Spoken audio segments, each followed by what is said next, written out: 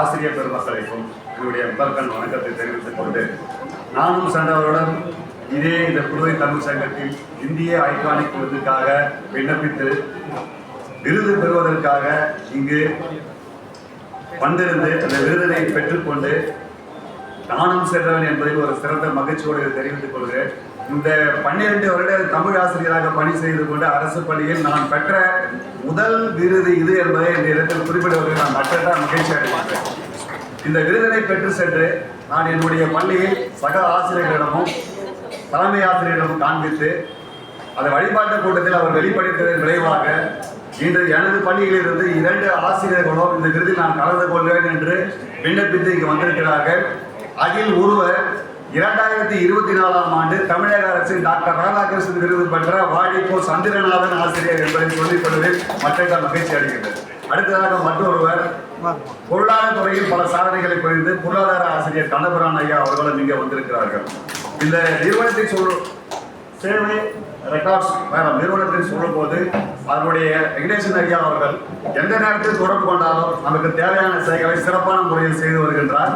அடுத்ததாக எந்த விதமான சேவை கட்டணமும் கிடையாமல் ஒரு குறைந்த அளவு சேவை கட்டணம் என்று சொல்லலாம். அந்த சேவை கட்டணத்தை பெற்றுக்கொண்டு நல்லதொரு வாய்ப்பினை ஆசிரியர் பெருமக்களுக்கும் அவரை சார்ந்த குடும்பத்தாருக்கும் வழங்கி வருகின்ற இந்த நிறுவனம் மேன்மேலும் வளர்ந்து பல உலக சாதனைகளை பெற்று அவர் நல்ல உடல் நலத்தோடும் ஆரோக்கியத்தோடும் இந்த குழுவில் இருக்கின்ற அத்தனை நல் உள்ளங்களும் நல்ல சிறப்போடும் நல்ல வளமோடும் வாழ வேண்டும் என்று இந்த சிறப்பு அழைப்பாளர்கள் மற்றும் ஆசிரியர் பெருமக்கள் அவருடைய குடும்பத்தார் சார்பாலும் மனமார்ந்த வாழ்த்துக்களை தெரிவித்துக் கொண்டு விடைபெறுகிறேன். நன்றி நன்றி நன்றி.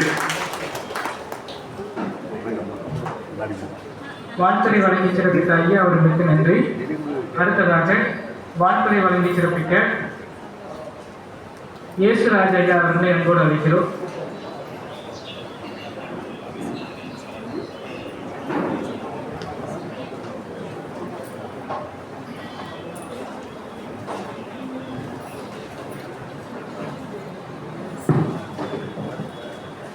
உலகில் வாழ் எல்லோரும் எல்லாம் நிறைவாய் கிடைக்க நிறைந்தவைக்கு தலைவணங்கி அன்பு வணக்கங்கள். போட்டதற்குரியவர்களே, பொதுவாக எழுதுவது கொஞ்சம் கடினம், அது படிப்பது அதைவிட கொஞ்சம் கடினம், பேச்சை கேட்பது கடினத்தை விட கடினம். வேறு வழியே இல்லை, கேட்டுதான் ஆகும். என்னுடைய ஆசிரியர் பணியில் 14 ஆண்டுகள் நான் நிறைவு செய்து 15வது ஆண்டாக காலெடுத்திருக்கிறேன். இங்கு இருக்கக்கூடிய என்னுடைய மூத்த ஆசிரியர்கள் எல்லோருமே தமிழ் துறை சார்ந்தவர்களாகவும் ஆங்கிலத்துறை சார்ந்தவர்களாக இருக்கும். நான் மட்டும் உடற்கல்வி ஆசிரியர். நான் உடற்கல்வி ஆசிரியரை சார்ந்தேன். சற்று முன் புத்தகத்தை வெளியிட்ட அன்பு சகோதரிக்கு என்னுடைய அன்பு கலந்த வணக்கங்கள். காரணம், ஒரு புத்தகத்தை எழுதி வெளியிடுவது ஒரு குழந்தையை ஈன்றெடுப்பதற்கு சமமாக கருதக்கூடியவன். 4 புத்தகங்களை நான் எழுதியிருக்கின்றேன். என் தாயின் கருவறையில் ஒளிந்து கொள்ளும் நட்சத்திரம் நான் என்ற ஒரு புத்தகம், நல்லுடலும் நல்லான்மாவும் என்ற ஒரு புத்தகம், ஆரோக்கியமே பலம் என்ற ஒரு புத்தகமும், 3 புத்தகங்களில் ஒரு புத்தகம் கலைவாணி மேடமும் வெங்கடேசன் சாரை வெளியிட்டாங்க. இப்போதான் அந்த புக்கு வெளியிடும் போது நான் பேசினேன்.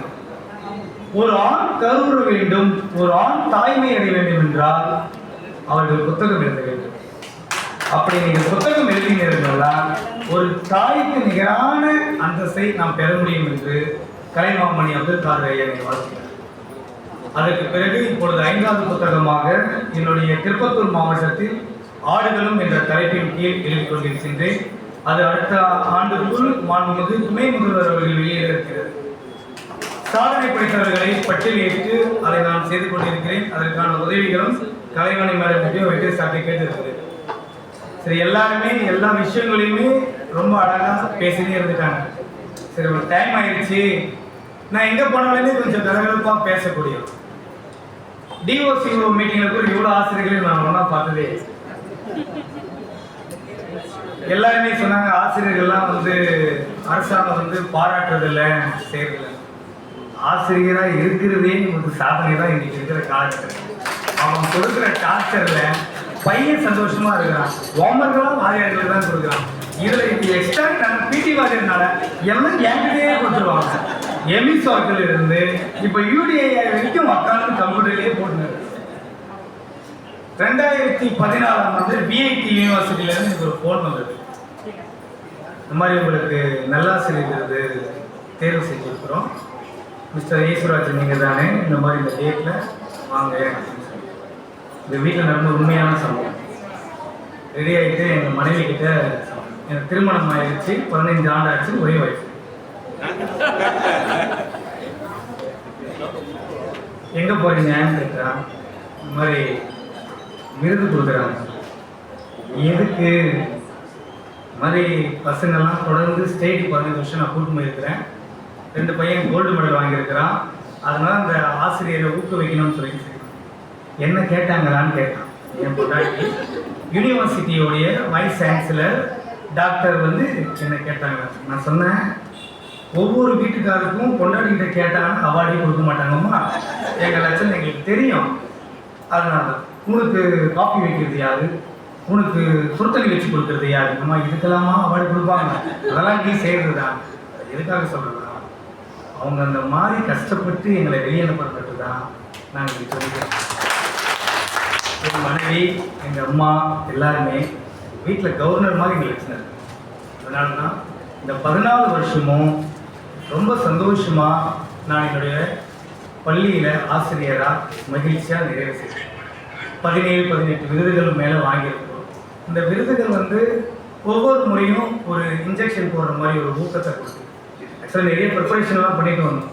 ஏன்னா ஆசிரியர்களுக்கு மத்தியில் பேசுகிறோம், மாணவர்கள் மத்தியில் பேசும்போது பிரச்சனை வராது. டேய் பக்கராணி இல்லை, டீச்சர்ஸ் மத்தியில் பேசும்போது நோட் பண்ணிடுவோம்.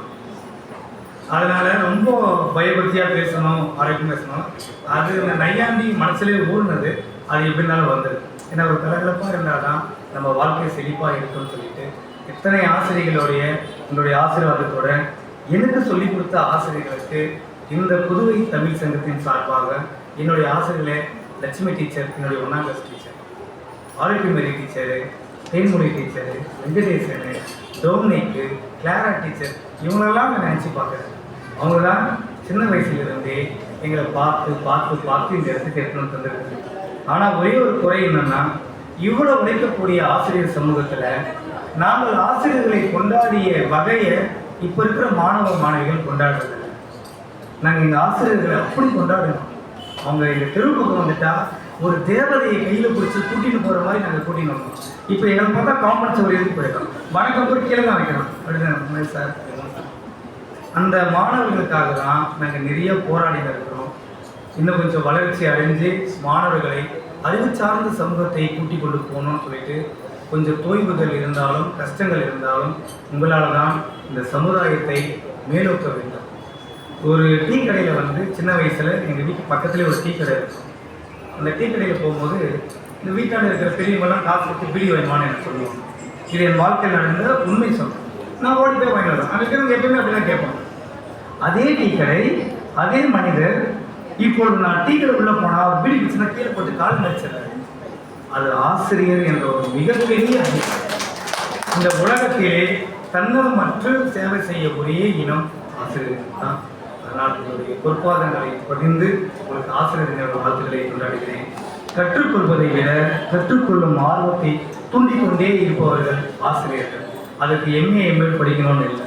என்னுடைய மனைவி, ஆசிரியர்கள், பக்கத்து வீட்டு காய்கறி லட்சுமி அக்கா, யாரெல்லாம் இந்த சமுதாயத்துக்கு நல்லதை விதைக்கிறார்களோ அவர்கள் எல்லோருமே ஆசிரியர்கள் மதித்து இந்த நல்லதொரு வாய்ப்புக்கு நன்றி கூறுகிறேன். நன்றி.